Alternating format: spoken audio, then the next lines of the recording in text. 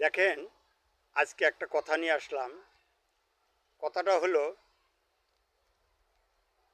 আমাদের মুসলমান সমাজে নাকফুল নাকে দেওয়া হয়, দিলে বিবাহ হয়, যেটা স্বামীর নিশানা। সনাতন ধর্মে সিঁদুর কপালে দিলে এটা বিয়ার নিশানা।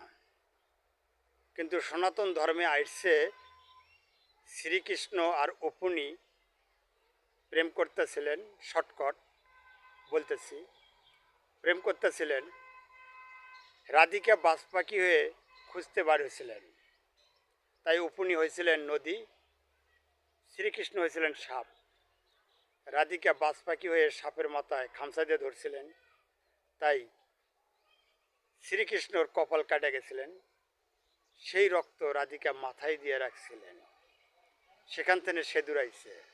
তো একটু জানার ইচ্ছা, মুসলমানের নাকফুল আইছে কোথায় থেকে, কারো জানা থাকলে একটু বলবেন।